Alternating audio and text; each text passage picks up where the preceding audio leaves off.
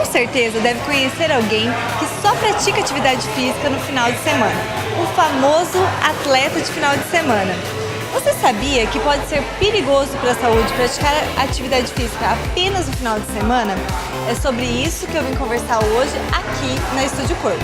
Pois é, a intenção é boa, mas praticar exercícios sem estar bem preparado pode gerar bastante dor de cabeça.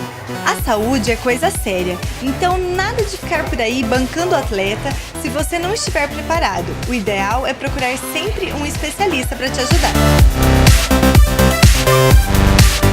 Ana, qual que é o principal erro de um atleta de final de semana e qual que é o maior risco que essa pessoa está correndo? O grande erro dessa pessoa que pratica atividade física somente no final de semana é ele não se preparar durante a semana, que o certo é ter uma preparação durante a semana para o final de semana, que seria um fortalecimento, né, um fortalecimento muscular, uma caminhada, uma corrida, para poder ajudar e auxiliar nessa atividade física que ele vai estar fazendo no final de semana. O grande erro dessas pessoas que praticam atividade física de final de semana é que elas fazem atividade física de alta intensidade, né?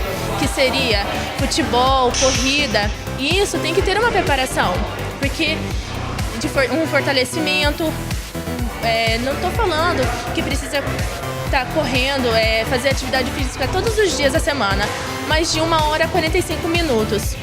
2 e 3 vezes na semana tá ótimo.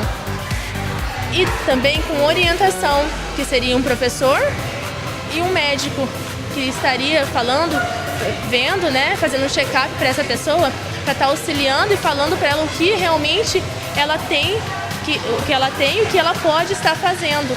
Assim o professor auxilia ele durante a semana.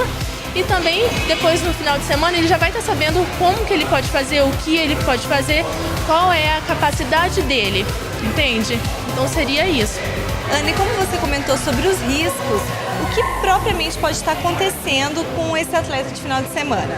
Então, Carol, devido à falta de preparação, essa pessoa pode ter uma lesão, uma fratura, um estiramento e até mesmo algo mais grave, que seria até um infarto, né? Pela falta da preparação e da falta de orientação médica, né? Que geralmente, lembrando, que geralmente a pessoa que pratica atividade física de final de semana não tem orientação nem um professor, muito menos médico. E que tipo de dica você daria para esses atletas de final de semana?